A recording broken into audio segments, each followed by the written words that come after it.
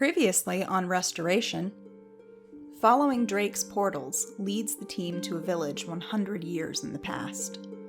With the inhabitants unwilling to cooperate with questions, the team accepts a mission to help solve a pest problem in a nearby town. If only Gwen or Virnan could remember the details of the book they'd read about the place.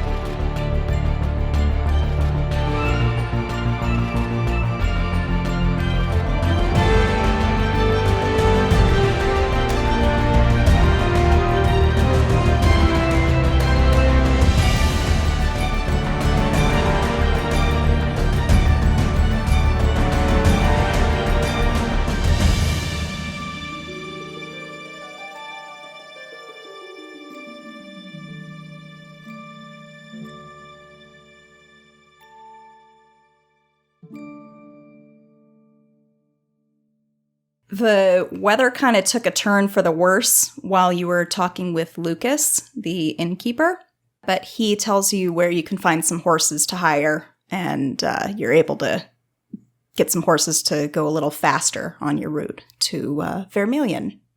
What kind of weather are we talking? Like, how worse? Rain, a little thunder now and then. You want to get there quick. Mm-hmm. We have horses, or as Sarathiel likes to call them, giant hooved cats. I knew it. I love this joke. Everything is a cat. Love it. Sarathiel is going to try to bond with his new cat friend. Okay. Just like the whole ride, just like petting the horse's mane, being like, oh, such a good cat. So, how are all of you dealing with this horrible weather and horse riding? Sarathiel's fine. Does not mind rain. Likes horses. You have a cat. I have a cat, Yep. so I'm fine. Did the stable hand tell me the name of my cat? Probably. Can I know the name, please? Random name generator it is. I love some of these. We got Peach, Fast Feet, Punch. Please Punch. be fast feet. Oh, no, please be Punch. I want Punch. Yeah, no, Punch. I the vote horse. Punch. That's awesome. The Democratic majority, we've spoken. It's Punch. All right, but who's riding Jitters? Me. Definitely I Gwen. was going to say, it's got to be the wizard. That's hilarious. It's definitely me. It's definitely Gwen. I feel like my dad didn't let me ride horses. I feel like that was too dangerous. I was going to say, I was like, were you even allowed near them? Yeah, I feel like, and so this is a very nerve-wracking experience because I think he gave me a bunch of like horror stories about how they have big, dangerous hooves and they'll stomp on your little head and you've got to stay out of their way. So I'm just sort of like gingerly like frozen on top of this horse, just being like, if I don't move, maybe everything will be fine. What did I get? Who did I get? Oh, let's see. Who did you get? Your choices are Jacob or Bo. I like Jacob. All right, Virnan's on Bo. So you're riding, and it's miserable. It's wet. Virnan is not feeling great because he was sick enough coming through the portal, and now all of this nonsense. No. But he'll be fine. He'll rally as long as you guys can get somewhere, dry relatively soon. And it is going to take you about a full day to get there, unfortunately. Great. So you manage to find a relatively dry cave halfway along, and you do checks and everything. It's totally fine. And it's a very uneventful journey. That the rain kind of eases up the further away you get from Marin, and thank God, because if the horses had to deal with one more thunderclap, they probably would bolt, even as calm as they are. Oh no, Sarathiel is trying very hard to calm Punch down. Make me an animal handling roll. Okay. He's got a +4. He's very good with it. Yes, finally. Ooh, nice. No When problem. it definitely matters. So you have a very good way with all of these cats, and they all calm They're down. so good. They're such good cats. And Virnan makes a note of this because, horses like you. Okay, this is good. This is a good calming activity. We like this. Yep. So it's a pretty uneventful night. Most of you trance because you're full elves, but Gwen, you are a half elf, which means you sleep. So, like a weirdo. like a weirdo, yeah. I'm just curious, how are you dealing with being on the road? I'm very excited about it because it's an adventure and we're outside and we're like away from like the safety of the university or my house, and I definitely can't sleep because I'm so excited. Oh no. like a kid. So you manage to get to the rest of the town. The village is eerily quiet. Plants and wildlife have overtaken the crumbling houses.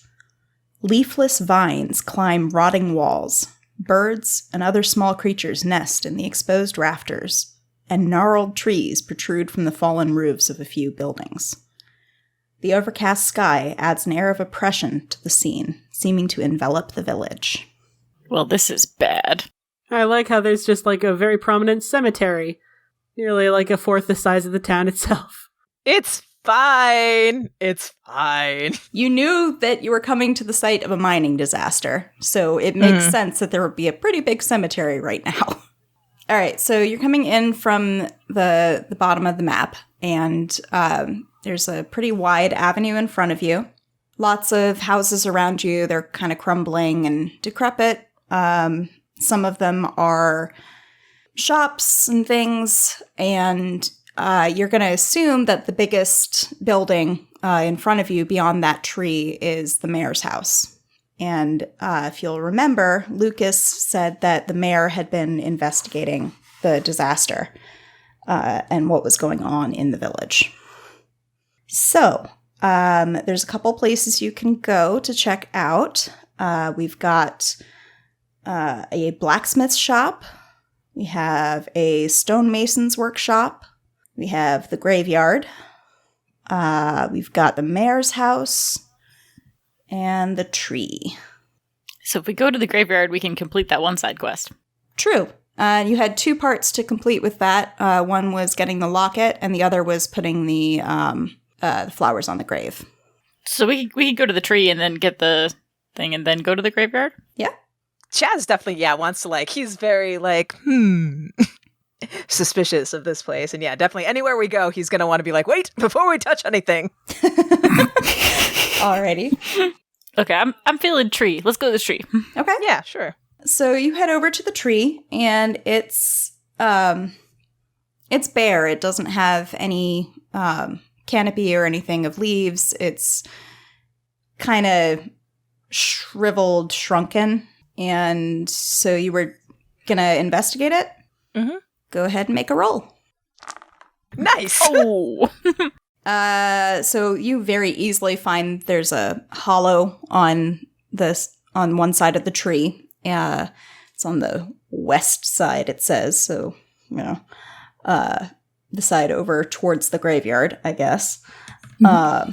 And inside is a platinum pendant on a thin chain. And it's inscribed with "For Lorna Forever." I turned around waving it around like a maniac. I found it! I found it! Oh my god, I'm so good. I'm so good. Deep breath, deep breath. He pats you on the head. Chaz is like, oh, you sure did it. I am more interested in the tree, though. I do a little dance, like in the middle of the square. High five. And you'll remember that Lucas told you that his wife's name was Lorna. So this is her necklace that he wanted you to find. Well done. Lucas will be very pleased. Good job. Man, this questing thing isn't that hard. Maybe we could be a little quieter since, they mentioned that there was a monster problem. Yeah, that's probably a good idea. Oh, sorry. I forgot. I got really excited. Okay, you don't have to whisper. So you guys wanted to go next to the graveyard? Is that right? Mm-hmm. I believe so. Yeah, sure. Do we have the flowers, or do we have to go get some flowers? You probably got to get some flowers. We got to look around. Yeah, Chaz wants to look for the flowers for sure. Okay. I'll use your investigation check for that, for finding the flowers. And you find some on the way over, just wildflowers. All of the gardens are completely weed choked and overgrown. And a lot of them were vegetable gardens anyway, instead of flower gardens. But you find some wildflowers on the way over towards the graveyard. Excellent. All right, so you make it over towards the graveyard, and as you're approaching it, you see a crooked wrought iron archway stands over the entrance to the graveyard, and it's overgrown like the rest of this village. As you walk in to the graveyard, you notice that there are headstones at odd angles. It looks very neglected, which makes sense if it hasn't been taken care of in several years. There's some small cairns, piles of rocks instead of headstones, marking graves toward the back of the graveyard. It looks like it was maybe assembled kind of hastily. Oh, Sarathiel is going to try to adjust some of the headstones that are a little crooked. Aw. He's such a good boy. He really is. So are you looking at any of the gravestones, or are you just... what are we doing? Well, at least Chaz is. He's like, well, Sarathiel is like writing them. He's just like looking at all the names or to see whatever is inscripted on them. All right. Well, you notice, Chaz, since you're actually looking at them, the graves nearer to the front of the graveyard seem to be older. It's a mixture of old and new plots. And as you're getting towards the back and towards the cairns, you notice that a lot of the headstones near those cairns have the same death date carved onto the headstones. Gwen, make me a history check. Oh, boy. It's okay. V's got you. Oh, good. So, Gwen, you've actually read the book, and Virnan has been rambled out about the book by his sister.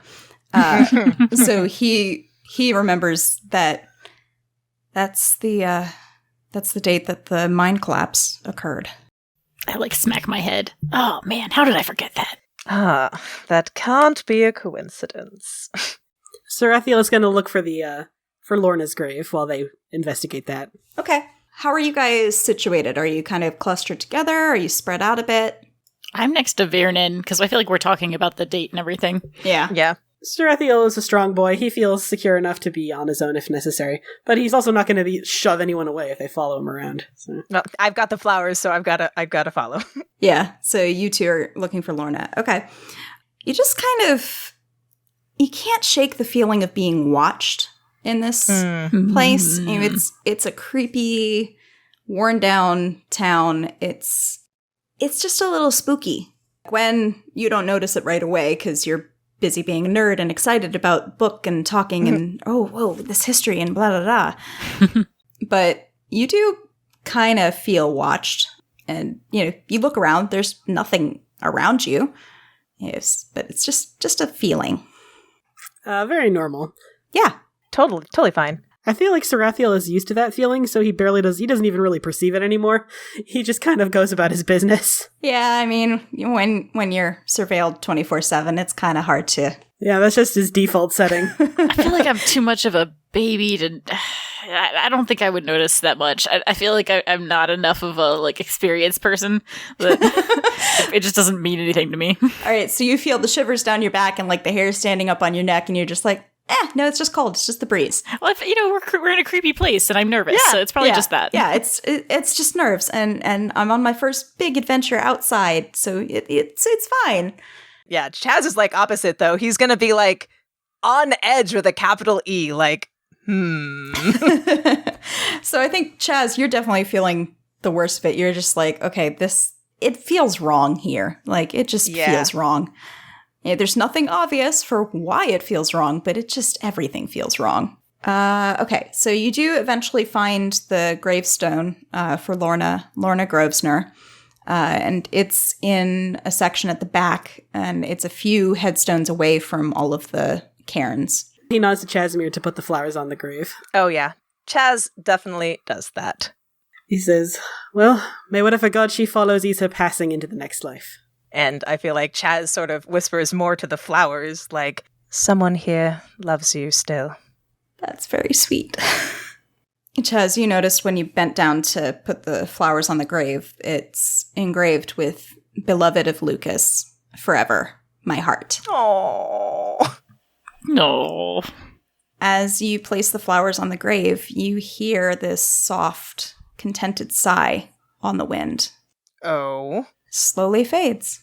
Sarathiel, no brain. Oh, it was Lorna. She's happy. And then that's all he cared. That's it. End analysis. Chaz is just like, right, that's totally normal. Yeah, it's definitely a normal town. But, she's if it's a sigh of contentment, he's like, okay, weird, but okay, happy, that's fine.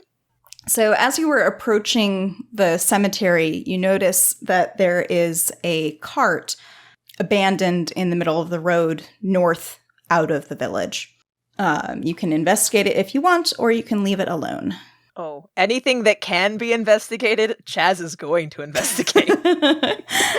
All right, fair enough. Sarathiel takes the opportunity when Chaz walks away to clean up a couple other graves. like remove the lichen, that kind of thing. I see Sarathiel doing that, and I'm like, hey, I could cast Tidal Wave just to wash all this off. I feel like a tidal wave would wash a little bit more than the lichen. I mean, maybe, but we don't know till we try it. I actually haven't tried this spell out. Oh, that's even worse. So if you go to investigate the cart, you notice that it's abandoned in the middle of the road, and it is covered with a heavy tarp.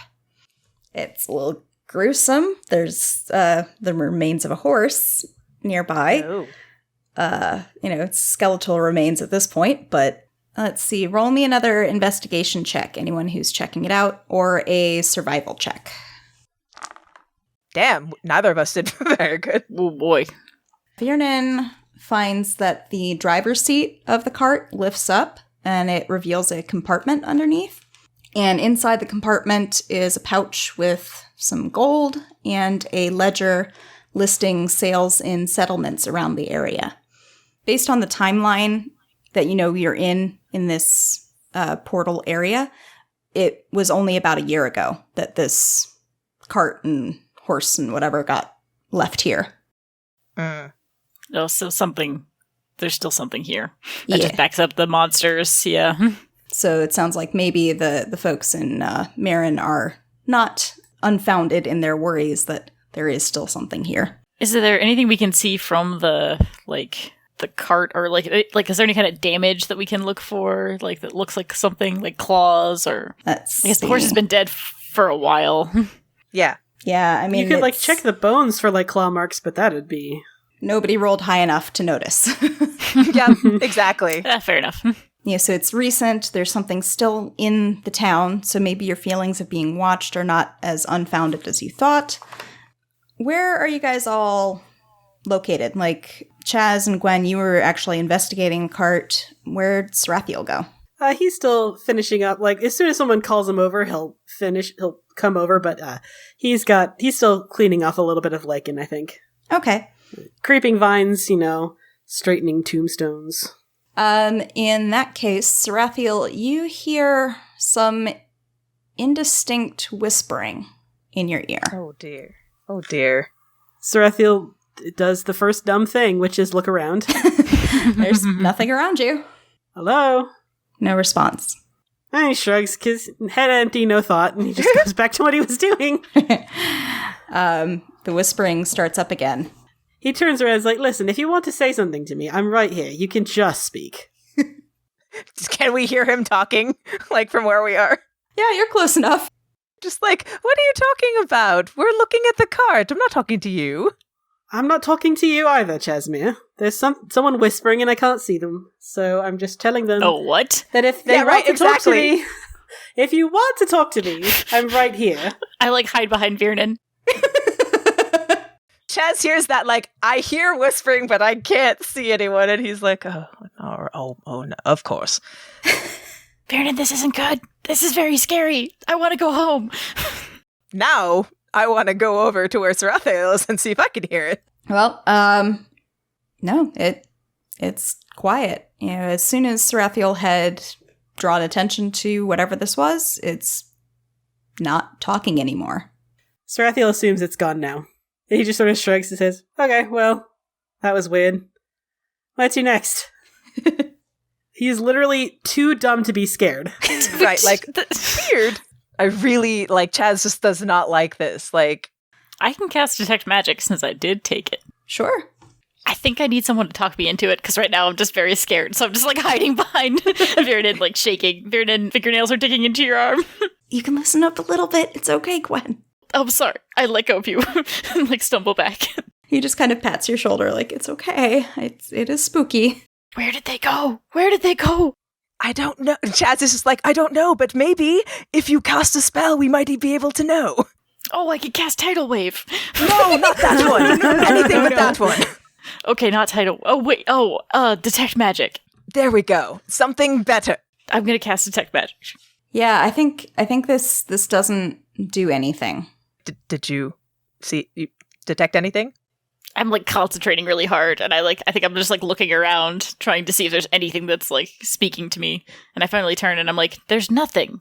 The closest you see is, like, there's little bits of magic, like, on the stones to kind of prevent crumbling and stuff, but that's kind of standard. Like, it's just normal magic. There's nothing that's no kind of, like, weird source or anything like that.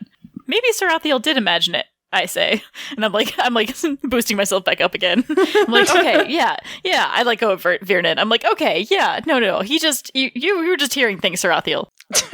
Okay. Gaslight, gatekeep, girl boss. All right. Yep, Sarathiel heads over to the rest of the group and says, right, so, what do next? I feel like we should save the mayor's house for last. I'm feeling very confident now. I think, like, nothing is going on here. It's totally not that's spooky. cute. That won't last long. I'm gonna go explore. And Chaz is like, oh boy. Can we go to the blacksmith shop, maybe? Sure. Okay, so the blacksmith shop has a sign that features a wand crossed with a blacksmith's hammer. And Ooh, magical blacksmithery. yeah. Ooh. The sign is kind of hanging crookedly, and as you enter into the door, it falls behind you. Oh. Nice. I hid under a chair as soon as I heard the noise. We're all together. You don't have to hide. It's all right. Yeah, like there's a workbench. Like there's stools. There's no chairs to hide under. Okay. I may not be big and strong, but you could hold on to me if you like. I grab onto your arm and I start squeezing really hard. I immediately regret saying that. Sarathiel says, I'm much bigger than you. The hide behind me plan will work much better. That's a good point. I let go of your arm and I just stay behind Sarathiel's shoulder, just like peering out every couple seconds. All right, so there's a large forge in the far corner, a blacksmith's anvil, and a empty quenching trough beside it. And then there's the workbenches that Gwen found. So let's see. Are you investigating? What are we doing in here? Oh, yeah. Now Chaz has been like his work switch has been turned on. He's like, I wonder what they made here. Like, what sort of armor and weapons? I'm so curious. Okay, so make me an investigation check. Hey! Nice! Hey, dirty 20. So, Chaz, you're just kind of like poking through everything. I think Gwen is still too spooked, so he's just hanging out behind Sarathiel. Sarathiel, what are you doing while Chaz is poking through everything? He's just vibing. Okay. There's some tools around, but they're not like any good tools. But in the corner, there is a kind of hollow sound. And you managed to find a false door. Ooh. Ooh. And inside there, you find several things. You find a steel shield with platinum filigree in the shape of winding serpents. You find matching short swords with platinum filigree on the handles and the pommel in a similar pattern. Mm-hmm. And you find a stack of 10 iron bars, presumably working materials. Mm-hmm. And that's all that you find in there. It seems like they hid their good stuff in the... So detect magic lasts for 10 minutes. So quickly, Gwen, take a look and see if any of them are magical.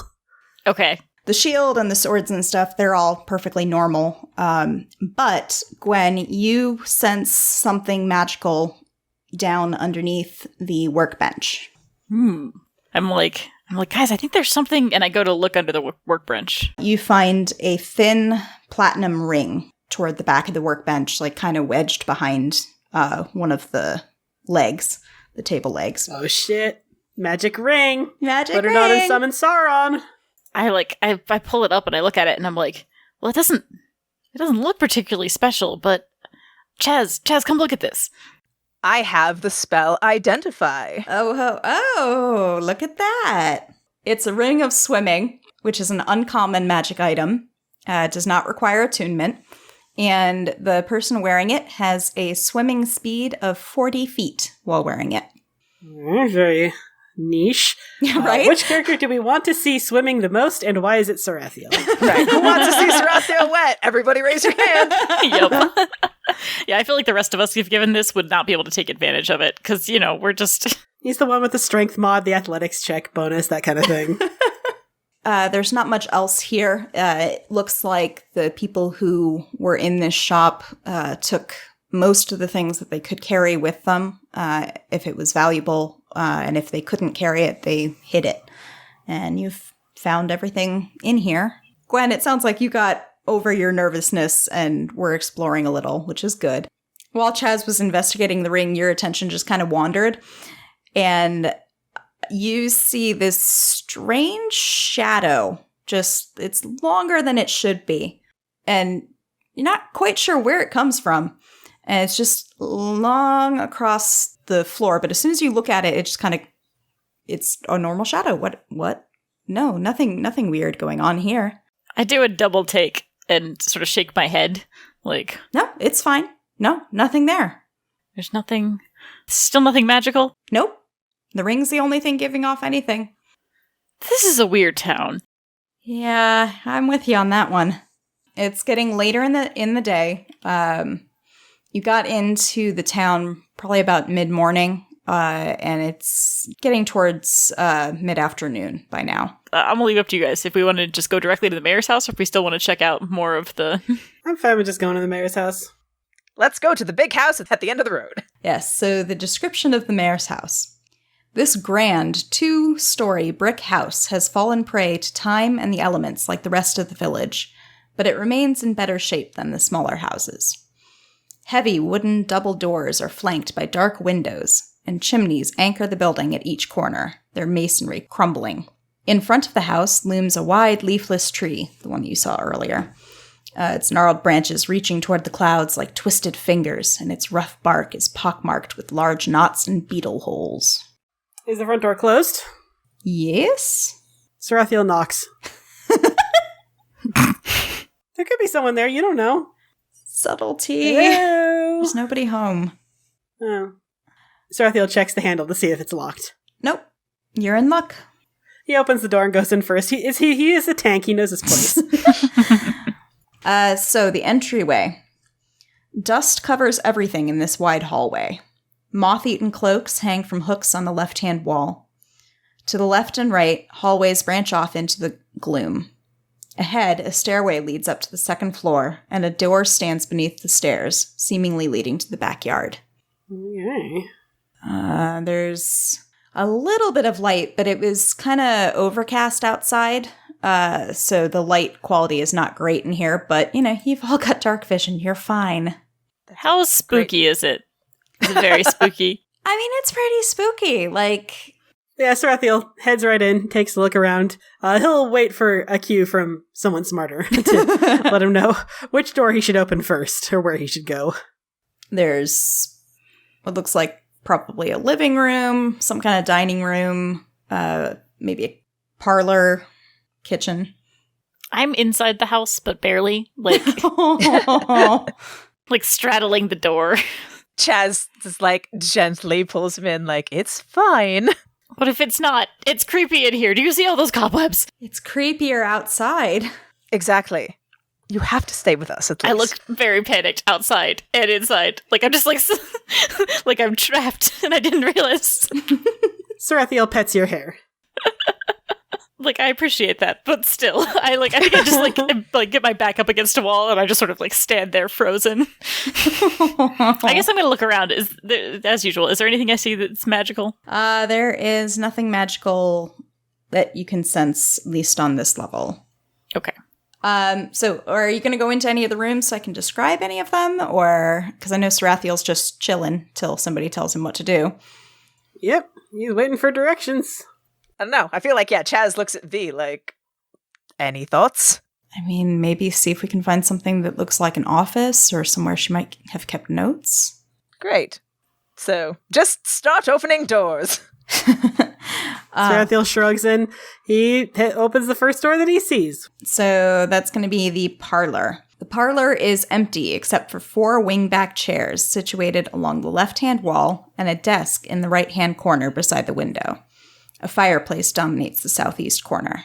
The chairs, they're infested. Like, there's moth-eaten fabric, there's mouse holes and things in the walls.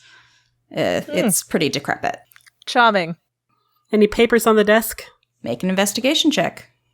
Oh, why though? What do I? You're the one who asked. Oh. Crumbling blank parchment, some old quills, and a dried up inkwell. It wasn't a high DC. There's nothing really important here. On to the next room then. Okay, Sarathiel gives up on that one and then goes across the hall to the left side. The assembly room. Chairs are arranged in staggered rows with their backs to the door, facing a podium in the southeast corner. A sideboard sits on the left side of the room, and a bookcase stands to the right of the doorway, filled with tomes and knickknacks. A cold brick fireplace occupies the southwest corner. Oh no, we found books. Chaz is like, oh no, covers Gwen's eyes like, nothing to see here. Yeah, except books might maybe have a clue. Come on, let's check them out. So you better do that. I'm not good at reading. Right. So all of these seem to be like more general books. Like, it seems that this room might have served more as an assembly room and maybe a lending library for the town. You know, there's not like a library itself, but the mayor would probably loan books out. So a lot of this stuff is like novels or not anything of local interest, really. You know, it's kind of, it doesn't seem like you find anything that would be actually helpful to explain what happened here. You do find a small watercolor of a mountain range, which is not unusual. You're in a mountain town. And you find a chunk of raw platinum ore, which presumably came from the platinum mine near town. Next room, I suppose. All right, Sarathiel heads over to H3. Okay. So you're still having that, like, sense of foreboding. Gwen, like, it hasn't gone away. You're a little bit able to temper it just because you're around the others. You're okay. And this is interesting. But you do feel that, like, I think I'm like looking over my shoulder every like couple seconds. yeah, the hair on the back of your neck is just like standing up uncomfortably. A round table with 4 chairs stands in the center of this room. Windows look out into the backyard. A fireplace in the corner is filled with broken masonry, and a framed portrait hangs on the right-hand wall. A portrait of whomst? It is a faded oil painting, and it depicts who you assume is probably the mayor. It's a dark-skinned woman dressed in a cream-colored frock coat and a pale cravat at her throat. Her hair is pulled up in an intricate twist, and she wears delicate platinum and diamond earrings. Chaz looks at this portrait like, stylish. And on one of her fingers is a heavy platinum signet ring inscribed with a snowdrop blossom. And there's not much else in that room. I'm looking like contemplatively at the portrait. I'm like, do you think that was the mayor? Maybe. Could be, probably, maybe. So it looks like there is one more room on this floor. Sarathiel leads the way into what looks like a dining room. Yeah, this room holds a rectangular table with 8 chairs. A sideboard sits against the far wall with dusty ceramic serving dishes and bowls atop it. The fireplace is in the far corner. It looks like it was mainly used for any fancy dinners or possibly even family meals for the mayor's family. There's ceramic plates and things and flatware, serving utensils, things of that nature that are simple but well made. It just seems like it's a pretty normal space. This is probably the most personal of the rooms down here, but even then it's kind of a dual-use space. Yeah, so Virnan's been kind of quiet, but, it's not unusual for him. He is looking around and he is looking into things, but he's more keeping an eye on the rest of you than anything. Mm-hmm.